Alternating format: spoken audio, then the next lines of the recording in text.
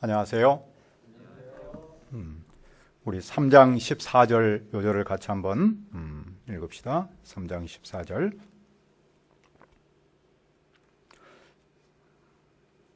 시작. 그러나 너는 배우고 확실한 일에 거하라. 너는 내가 누구에게서 배운 것을 알며 은혜로우신 아버지 하나님, 이 시간에 저희 예배하기 위해서 이 자리에 나왔습니다. 성령 하나님께서 우리와 함께 하시고 디모데후서 말씀을 통해서 생명의 말씀을 깨닫고 한 주간을 살아갈 수 있도록 도와주시옵소서. 성령 하나님께서 이 시간 예배하는 모든 종들의 심령 속에 역사하여 주시옵소서. 예수님의 이름으로 기도합니다. 아멘. 이 시간 말씀의 제목을 확신한 일에 거하라입니다.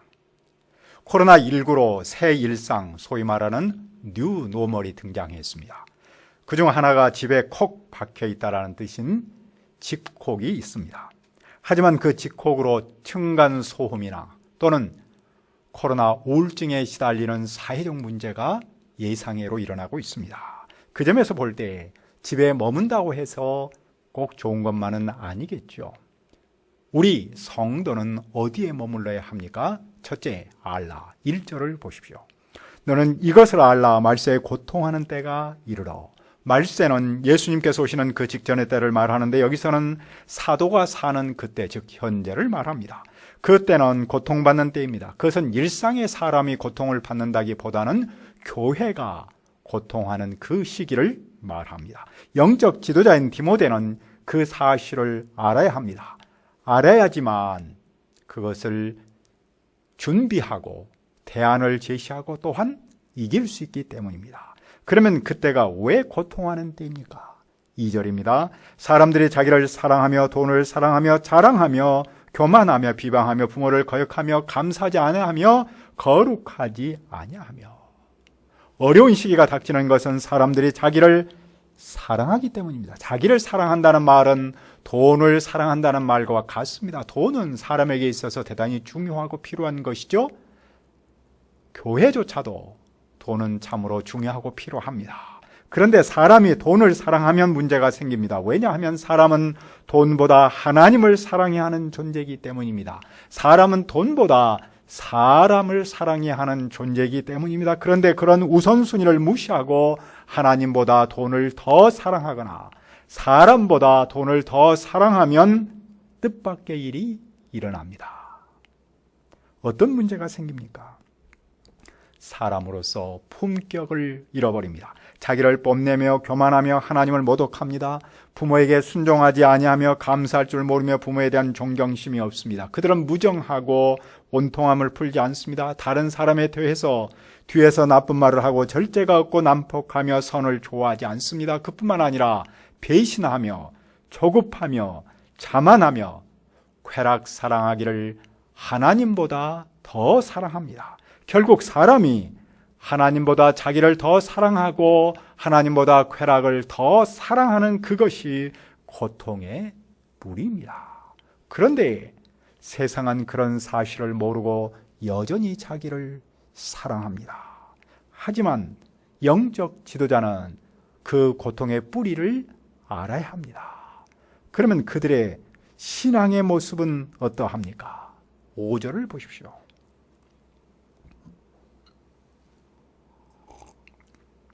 경건의 모양은 있으나 경건의 능력은 부인하니 이 같은 자들에게서 네가 돌아서라.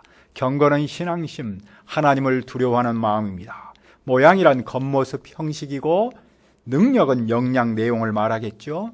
일부 교인은 신앙심의 형식은 있었는데 그 내용은 없었습니다. 겉으로는 신앙심이 있어 보였지만 그 안에는 신앙심이 없었습니다. 우리는 신앙의 겉과 속이 같은 것을 신행일치라고 말하는데 일부 교회는 그런 모습이 없었습니다. 신앙심의 모양은 있으나 능력은 부인하는 사람을 보면서 무엇을 생각할 수 있습니까? 형식과 내용의 일치, 겉과 속이 같은, 즉 믿음과 삶이 하나로 나타나는 신행일체의 중요성을 생각하지 않을 수 없습니다. 예나 지금이나 세상에 좋은 영향을 끼치는 사람은 겉과 속이 같은 사람입니다. 예나 지금이나 세상에 나쁜 영향을 끼치는 사람은 겉과 속이 다른 사람이죠. 모양은 있으나 능력은 없는 사람입니다. 우리는 이런 사람을 경계하고 단호하게 피해야 합니다. 그들 중에 어떤 사람이 있습니까? 여러 가지 정욕에 이끌려 죄에 빠진 아낙네들을 유인하러 남의 집에 들어가는 사람들이 있습니다. 그 여자들은 언제나 배우기는 하지만 결코 진리를 깨닫지 못합니다. 그들은 예전에 모세를 대적했던 마술알처럼 진리를 배반할 것이며 마음이 부패하여 믿음을 버릴 겁니다. 그들의 어리석음은 온 천하에 드러납니다. 기독교 역사에서 이런 거짓 신자는 있었고 지금도 있습니다. 많은 사람이 그 거짓에 속습니다. 요즘도 기독교라는 이름으로 사람을 유혹하는 거짓 신자가 있습니다. 세상은 그런 사람도 정통교회로 오해하고 정통교회를 아주 무시하는 그런 나쁜 영향을 우리는 체험하고 있습니다. 하지만 그런 거짓 때가 오면 다 드러나고 아침 안개처럼 사라질 겁니다. 우리는 이것을 알아야 합니다. 그리고 무엇을 해야 합니까? 둘째, 거하라. 10절과 11절을 보십시오. 나의 교훈과 행실과 의향과 믿음과 오래 참음과 사랑과 인내와 박해를 받음과 고난과 또한 안디옥과 이고니온과 루스드라에서 당한 일과 어떠한 박해를 받은 것을 네가 과연 보고 알았거니와 주께서 이 모든 것 가운데서 나를 건지셨느니라. 이 문장에서 동사는 보고 알았거니와인데 따랐다라는 말입니다. 디모데는 말세에 고통하는 때에 바울을 따랐습니다. 세상은 자기를 사랑하고 돈을 사랑하고 쾌락상의를 하나님보다 더하였을지라도 디모데는 목자를 따랐습니다. 그는 구체적으로 목자의 무엇을 따른 겁니까? 바울이 지금까지 가르친 메시지를 따랐습니다. 삶의 행실을 따랐고 삶의 목표를 따랐습니다. 목자의 믿음과 오래 참음과 사랑 그리고 인내를 따랐습니다. 그 중에서 특히 디모데가 보고 알았던 것은 무엇입니까? 박해와 고난받음입니다. 목자 바울은 안디옥과 이고니온과 루스드라에서 심한 박해를 받았습니다. 그는 폭도들에게 돌팔매질을 당하고 그 도시에서 끌려나가 반 죽었습니다. 디모데는 자기 목자가 당한 그 일을 생생하고 기억하고 있습니다. 동시에 그는 주님께서 그 모든 일 가운데서 목자 바울을 구원하신 일도 보았습니다. 그리고 그는 그런 목자를 따라 함께 고난을 받았습니다. 그런데도 그는 왜 목자를 따른 겁니까? 12절은 말씀합니다. 무릇 그리스도의 예수 안에서 경건하게 살고자 하는 자는 박해를 받으리라. 그러니까 바울 사도가 그런 모진 박해를 받은 것은 그의 삶이 유별났기 때문은 아닌 것이죠. 그가 바로 예수 그리스도 안에서 경건하게 살았기 때문에 박해를 받은 겁니다. 그렇다면 오늘 우리가 고난이 있다면 그것은 내가 예수님을 잘 믿고 경건하게 살고 있다는 하나의 증거일 수 있습니다. 왜냐하면 악한 사람들과 속이는 사람들은 더욱 악해져서 속이기도 하고 속기도 하기 때문입니다. 세상이 악하니 그 세상에서 경건하게 살면 박해를 받을 수밖에 없습니다. 그러나 그런 세상에서 디모데는 무엇을 해야 합니까? 14절을 읽읍시다.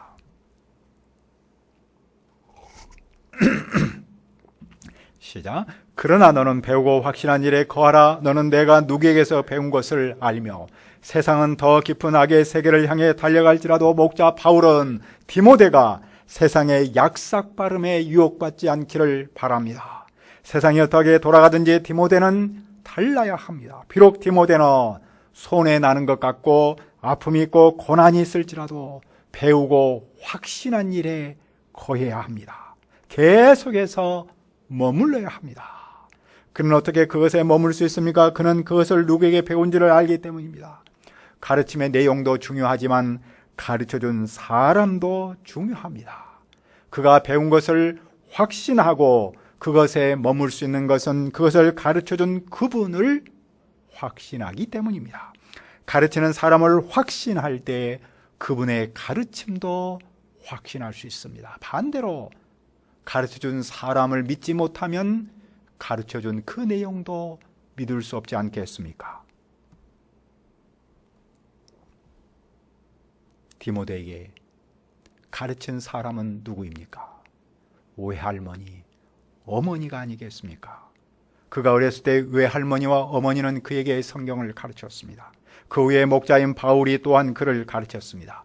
그는 외할머니와 어머니 그리고 목자를 확신하기 때문에 그분들의 가르침을 또한 확신할 수 있는 것이죠. 그리고 계속해서 그 가르침에 머물 수 있습니다. 그러면 그가 배우고 확신한 그것은 무엇입니까? 15절도 읽읍시다.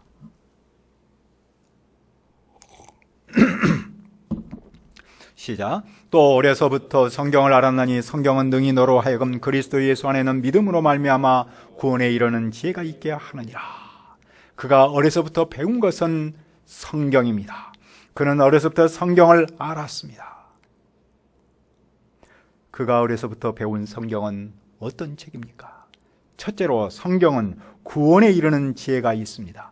구원은 오직 예수님을 믿는 믿음으로 얻습니다. 그런데 그 사실을 성경이 가르쳐 줍니다. 성경은 구원의 안내서인데 구원에 대한 하나님의 계획을 가르칩니다. 세상에는 구원을 말하는 많은 것들이 있습니다. 많은 책이 있습니다. 많은 사람이 있습니다. 하지만 구원에 정작 이르게 하지는 못합니다. 세상에 많은 책이 바로 태생적인 한계는 바로 거기에 있는 것이죠. 오직 성경만이 우리를 구원에 이르도록 돕습니다. 따라서 그 성경에 계속해서 머물 수 있고 반드시 머물러야 합니다. 둘째로 성경은 어떤 책입니까? 16절은 말씀합니다. 모든 성경은 하나님의 감동으로 된 것으로 교훈과 책망과 바르게 함과 의로 교육하기에 유익하니. 둘째로 성경은 유익한 책입니다. 왜냐하면 성경은 하나님의 감동으로 기록했기 때문입니다. 성경에는 하나님의 숨결이 있습니다. 이것을 성경 영감설, Biblical Inspiration이라는 말을 쓰고 우리는 성경을 하나님의 말씀이다라고 믿습니다. 물론 실제로는 사람이 성경을 기록했습니다. 그런데 성령 하나님께서 기록자의 경험과 표현 방식의 특징을 통해 당신이 전하는 바를 기록하도록 하셨습니다. 따라서 성경은 기록자에 따라 다양성이 있습니다. 그 성경은 우리에게 진리를 가르치고 잘못을 책망하고 허물을 고쳐주고 올바르게 사는 훈련을 하는 데 유익합니다.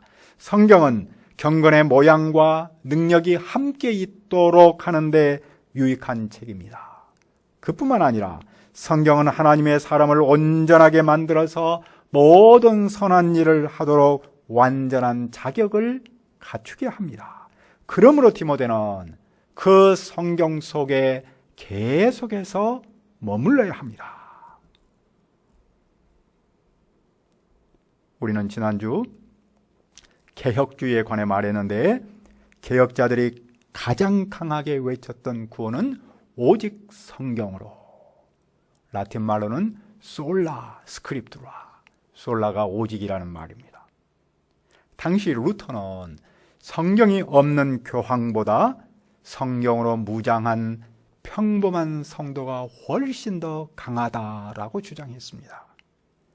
또 쯔빙글리는 성경은 하나님의 영감된 말씀이며 그 권위는 어떤 종교회의나 교부의 주장보다 더 높다라고 역설했습니다.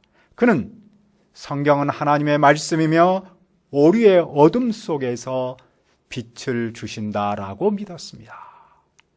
칼뱅은 성경은 하나님의 말씀으로 신학뿐 아니라 하나님의 모든 통치 영역에서도 유일한 원리다라고 강조했습니다.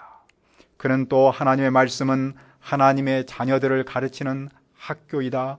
우리는 하나님의 말씀에 순종하는 성경의 제자가 먼저 되어야 한다라고 가르쳤습니다. 왜냐하면 그는 성경은 안경처럼 창조주 하나님을 분명하게 보여주고 구원자 예수 그리스도를 믿도록 알려주는 책이다라고 믿었기 때문입니다. 개혁자들은 왜 성경을 강조했을까요? 당시 교회가 성경보다 전통과 교황 개인의 권위를 절대적으로 강조했기 때문입니다. 후에 이런 말이 나왔습니다. 권력은 부패하기 쉽고 절대 권력은 절대 부패한다. 영국 백작이 그런 말을 했는데 영어로는 이렇게 되어 있군요.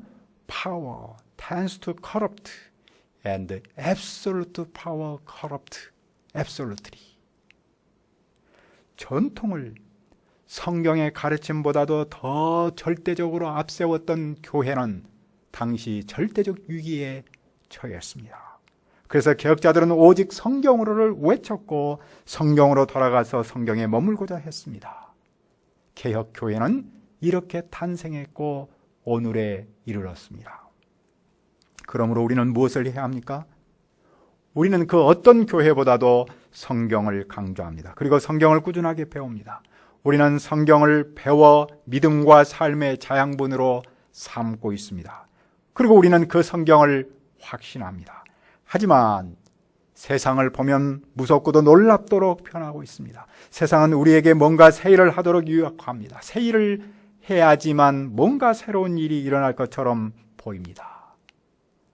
반면 성경을 말하고 그 성경에 머물면 시대에 뒤떨어진 사람처럼 보입니다. 많은 사람이 신상을 좋아하는 것처럼 많은 신자도 신상, 일종의 세련된 신앙생활을 찾습니다. 그런데 그 세련된이라는 말을 성경 중심의 신앙과는 먼 곳으로 오해하는 경향이 있습니다. 하지만 정말로 우리가 변하지 않고 추구해야 할 신앙, 세련된 신앙은 어디에서 옵니까? 바로 성경 중심에서 옵니다. 성경에 머무는 사람이 그런 신앙을 누릴 수 있습니다. 왜냐하면 인간은 본질에서 죄인이고 그 죄인을 구원할 유일한 책은 성경뿐이기 때문입니다. 죄인인 인간을 교육하는데 유익한 책 또한 성경뿐이기 때문입니다. 우리는 바울의 강력한 메시지를 듣습니다. 그러나 너는 배우고 확신한 일에 거하라. 아멘. 은혜로우신 아버지 하나님, 우리에게 하나님의 말씀인 성경을 주셔서 감사합니다. 성경만이 죄인을 구원할 유일한 책임을 믿습니다. 성경만이 죄인을 교육하는 데 유일한 책임을 믿습니다. 바울 사대의 그 말씀이 오늘 우리에게 임하기를 간절히 바랍니다. 그러나 너는 배우고 확신한 일에 거하라. 예수님의 이름으로 기도합니다. 아멘.